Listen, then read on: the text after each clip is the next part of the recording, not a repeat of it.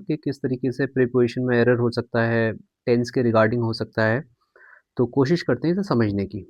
अब देखें पहले सेंटेंस ही ट्रैवल्ड बाय अ बस, ये बिल्कुल सही नज़र आता है कि सर बस तो एक काउंटेबल नाउन है, तो उससे पहले हम आर्टिकल ए लगा सकते हैं।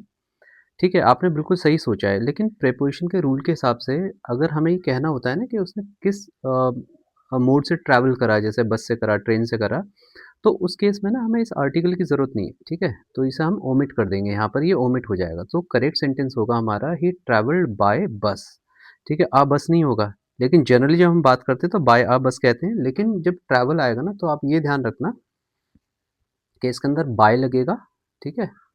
प्लस नाउन लग जाएगा डायरेक्ट, बीच में ए एन दा की ज़रूरत नहीं है, ठीक है? कॉमन एरर है ये वाला, ठीक है? तो क्या आंसर होगा इसका? He travelled by bus. Second देख लीजिए आप, he goes to school by foot. फिर से जब हम सुनते हैं तो ठीक नज़र आता है, लेकिन जो ये है ना, ये बाय यहाँ ये गलत है। यहाँ पर हमें लगाना चाहिए ऑन फुट। बाय होता है जब किसी कार से, बस से, ट्रेन से ट्रैवल करें, उस केस में हम बाय लगाएँ। अदरवाइज़ अगर पैर से मतलब पैदल जाते हैं तो ऑन फुट कहेंगे। फिर थर्ड देख लेते हैं यहाँ पर, Tony did not turn up yesterday. So जो टोनी है वो कल नहीं आया। देखिए टर्न अप जो है ना ये फ्रेज़ल वर्ब है। फ्रेज़ल वर्ब क्या होती हैं? ये 2 वर्ड का कॉम्बिनेशन होगा, ये वर्ब हो जाएगी इसके अंदर एक अप, इसके अंदर एक प्रीपोज़िशन आ जाएगी। तो इसमें गलती क्या है कि डिड के साथ हमेशा हम वर्ब की पहली फॉर्म लगाएँगे, ओके? तो टर्न अप सही आंसर होना चाहिए था क्योंकि डिड ऑलरेडी डू का पास्ट है। So correct answer should have been Tony did not turn up yesterday, कल वह नहीं आया था। ये सिंपल पास्ट टेंस का एग्जांपल है, ये ऐसे भी आप पहचान कर सकते हैं। सर सिंपल पास्ट क्यों है? देखिए यस्टरडे यहाँ पर एडवर्ब आ गया कि कब आया वो, और डिड आ गया, तो सिंपल पास्ट टेंस है ये, ठीक है? नेक्स्ट देख लीजिए आप, ये कहता है इसके अंदर, ये थोड़ा ट्विस्टेड है। The new guidelines which are expected to streamline the process have been criticise. देखिए यहाँ पर जो सब्जेक्ट है ना, क्या क्रिटिसाइज है? वो न्यू गाइडलाइंस है, मतलब ये प्लूरल है तो हमने हैव लगाया, ये बिल्कुल सही है ना? गाइडलाइंस, गाइडलाइन नहीं है, गाइडलाइंस, ठीक है? हैव बीन क्रिटिसाइज, ये पैसिव फॉर्म में है तो ये वर्ब की थर्ड फॉर्म भी ठीक लगी है। अब देखें इसे, फॉर टू बी वेग, वेग का मतलब होता है अनक्लियर, है ना? अनक्लियर मतलब भाई उसने कुछ वेग कहा, मतलब क्लियरली नहीं बताया। अब देखिए ये जो है ना, ये फॉर, इसके बाद ना यहाँ पर हमें आईएनजी फॉर्म चाहिए होगी, ठीक है? जैसे जिसे हम जेरेंड कहते हैं। तो ये आंसर होना चाहिए था इसका, have been criticise for being vague, लेकिन ये इन्फिनेटिव आ गया, मतलब टू प्लस वर्ब की फॉर्म आ गई, लेकिन हमें क्या चाहिए था? जेरेंड चाहिए था। जेरेंड क्या होता है? वर्ब की आईएनजी फॉर्म होती है, जैसे drinking is bad, smoking is prohibited, है ना? फिशिंग इज नॉट अलाउड, तो आईएनजी फॉर्म, तो बीइंग आना चाहिए यहाँ पर, ठीक है? नेक्स्ट देख लीजिए आप, please explain to me how is a digital clock different from an analogue. अब ये जब मैंने आपको डायरेक्ट इनडायरेक्ट बताया था ना, तो इसकी भी मैंने पोजीशन आपको बताई होगी। तो आप क्या करें इसके अंदर, यहाँ ना इज़ ना लगाएं। सो आप क्या करिए, please explain to me how a digital clock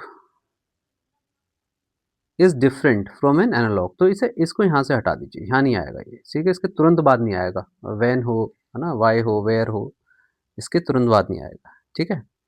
please explain to me how a digital clock different, ठीक है? यहाँ पर लगा दीजिएगा, इज़ डिफरेंट, ओके? जब भी आप क्वेश्चन में आप ये पढ़ेंगे ना हाउ, इसके बाद अगर हेल्पिंग वर्ब आ रहा है उसे यहाँ से हम शिफ्ट कर देंगे, बस ये है इसके अंदर। We will discuss about it tomorrow हम कहते हैं। देखिए डिस्कस का मतलब ही किसी चीज़ को डिस्कशन करना होता है, तो ये सुपरफ्लुइयस यूज़ होता है, मतलब कि हमें इसकी अबाउट की ज़रूरत नहीं है। So will discuss tomorrow, about हटा दीजिए आप यहाँ से, ठीक है? डिस्कस टुमारो, ठीक है? या नेसेसरी हमने लगा दिया यहाँ पर। अब नेक्स्ट क्वेश्चन देख लीजिए आप, no less than 100 students are waiting for the result, ठीक है?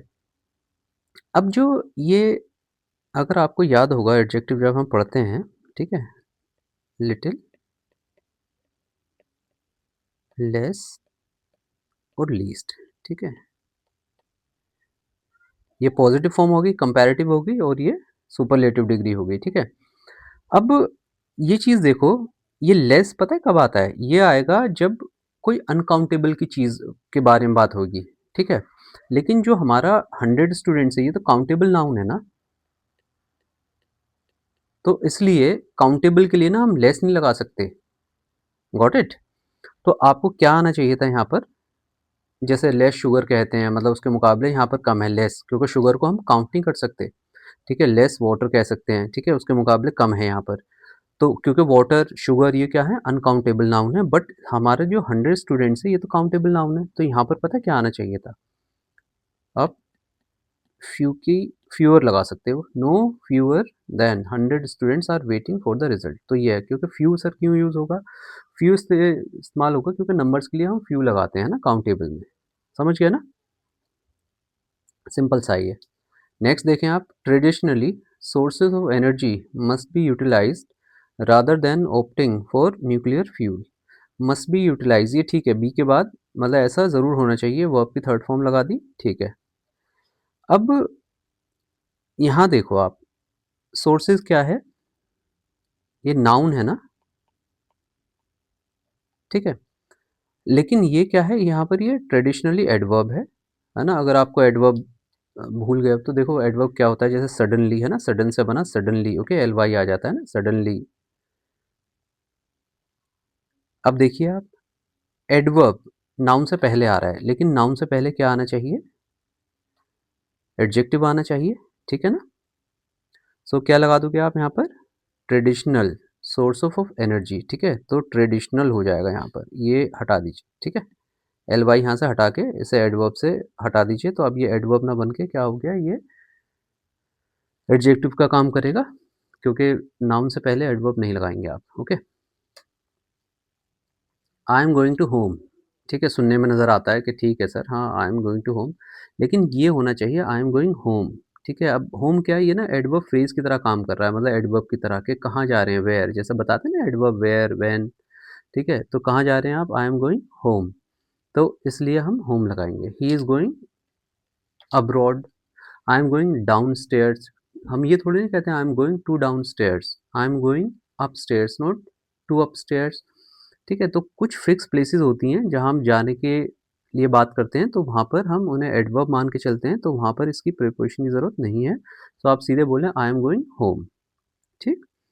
नेक्स्ट देख लीजिए आप, he told me that he is busy, सुनने में बिल्कुल सही लगता है, एंड मतलब स्पोकन इंग्लिश में तो हम ऐसे ही बोलते भी हैं कि हाँ ठीक है, बोलते हैं, लेकिन अब देखिए ग्रामर के रूल के हिसाब से आइए, अभी हमने डायरेक्ट इनडायरेक्ट आपको पढ़ाया था, तो ये सेंटेंस कैसा होना चाहिए था, जैसे ऐसा नहीं होता, ये he said to me I am busy. अब इसे याद करो, जब इसके रूल्स हम चेंज कर रहे थे, तो सेड टू को किस में चेंज करा, टोल्ड में, वही हम यहाँ ले आए हैं ना, he told me, comma, inverted comma को हटा के हमने दैट लगाया, उसके बाद प्रोनाउन ही चेंज करा, और ये जो एम है ना, क्योंकि ये एम है प्रेजेंट टेंस की वजह से, अब ये इसे हमें वॉज में ले जाना था ना, ही वॉज बिजी। अब ये मैंने आपको इतना एक्सप्लेन कर दिया है कि यहाँ पर क्या आना चाहिए, वॉज आना चाहिए था, तो इस तरीके से भी एरर आपको निकालना आना चाहिए, ठीक है। आई होप ये वीडियो आपको पसंद आए, अगर अच्छा लगे वीडियो तो आप इसे लाइक और शेयर करिएगा, और देख लीजिएगा आप इसे एक बार, है ना, और स्टॉप करके भी देख सकते हैं, रूल्स लिख सकते हैं, ठीक है। तो इसमें हमने कुछ प्रीपोजिशन, टेंसेस और डायरेक्ट इनडायरेक्ट का भी पढ़ लिया है, ठीक है। Thank you.